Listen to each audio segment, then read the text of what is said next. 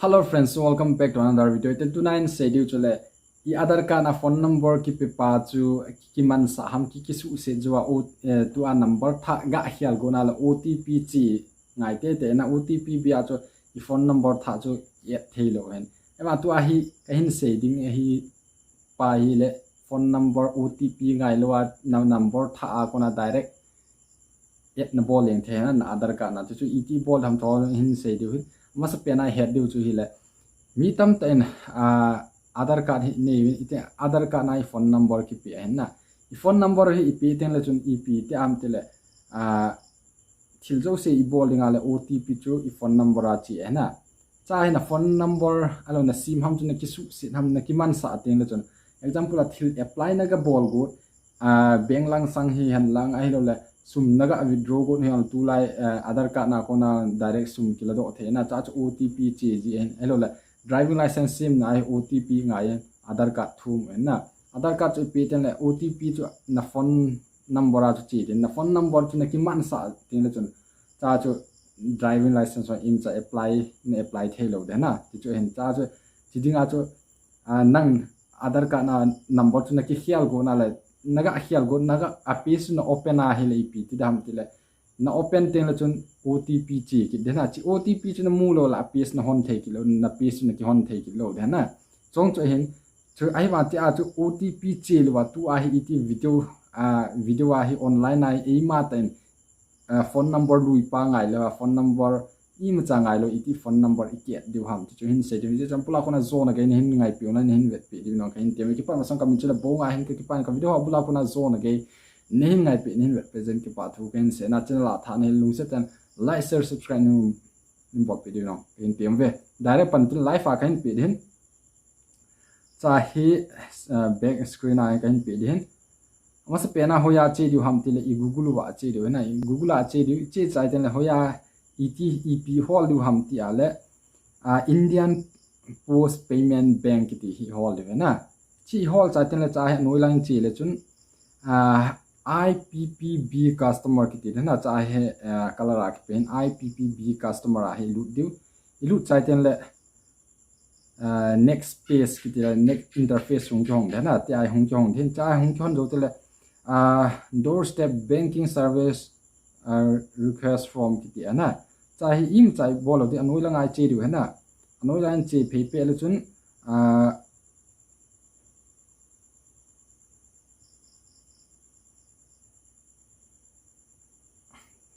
ga nga ha nu te Adhaar mobile update ki ti min te na Adhaar mobile update ki ti hi min te cha hi me dio me chai ten la anoi lang a hi form khat hung ki sim yang weta ti lai chu click na bola le anoi lang a hi form hung ki sim ding chen cha hi pin bol ham ti le ama sa pena choose an option ki ti na cha hi pasal ne la pasal nume ne la nume ti azune gi kha din ne ki selecting ten cha hi pin bol ham te na min na su den na Adhaar card na min chu ne ki su te example la ke ya te aga ki su ni last name ta ne ki su cha ten la noi lang chi ki le han a mobile number ki ti na mobile number chu ip na me dam tu a tha pa he na me re na naman pa chu lui pa chu lo tu a tha pa hi naman pen chu nami ding nami chai ten le chun email ne ya le na pi nom le pi the chu in cha ho ko na tem cha he first line address first line a hi na address na su de na example la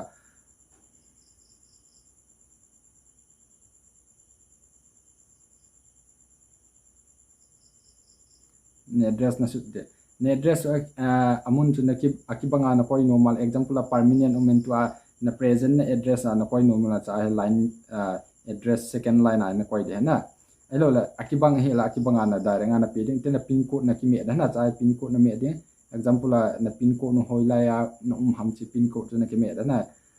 kya he 782461 me la chun cha anoya he option chang changa hum ni ta na ki me cha ten la cha hin anoya select option na hin chi chun na post office hoilai pe na chun na dei ham na manja post office kya manja hila long ni umin rong pin plam umin chai ken manja ka su na da manja chu address hung de na tel chiro tel chun cha anoya he automatic a he hung kyap de na link IPPB branch la di phu branch din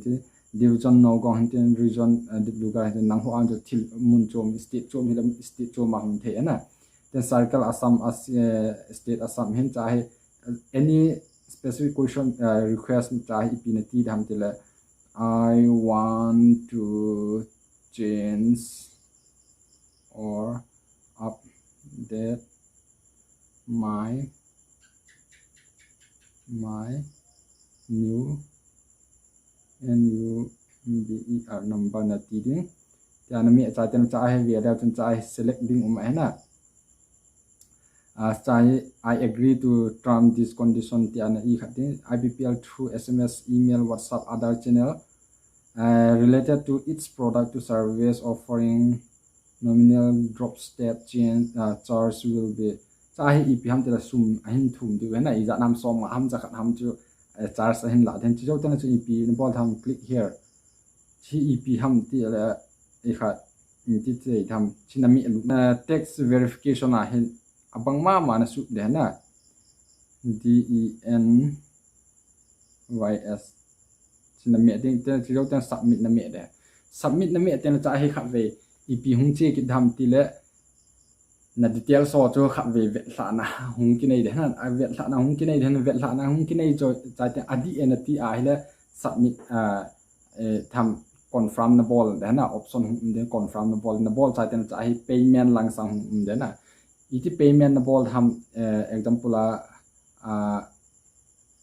na document lang sang hung ngai de na document ip ham khat so na ball ngai example pan card ha voter ID ha driving license yong le chu naga ki khat the na ai lo le chin pol chai ten la chu ip hung ti dham til update sum pay bon lang sang hung update ki na pe su hung jong ki ten cha chu ip na bol lam til gp a kona na pe da ai lo le i ti na bol ham nang thu in na chu na ki pi i ti na pi go ham som ma ham ja khat ham den chu na ki pi chai ten la chu nisagi sung ham jo ten la update hung chi de na update hung chi ten na other page na chu na lu teng la chun cha chu na ki vet the na number update ham update la na ki vet the de chu hen ki pa na block on a zone ge nehin vet pe nehin ngai pe jen ki pa thu ken sa abona ka hin vet sa lo he aji chu ki ai update kha ve ka bol hi ta ja chu aban hi ki bol ki le boy di ya na hi a chu ti a chu kha ve dinga ka hin vet sa hai wan cha chance tam ta men phone number ho change na dinga address change na dinga I tham option tam ta na la na na ha li ve nga ve na ball the na la ai wa chu min change ham ai lo la ti sei tham date of birth change ho dinga chu le khat ve bo in chu na ki ball cha ya hi le chan aban option na nei lo ta na chu na ti na dinga chu office na lu nga ha office na lu tin le bo chun na ki ball the na chu ka hin he sa pa ki pa bla ko na zone ge nei ngai pe jen ki pa thu ken se ki pa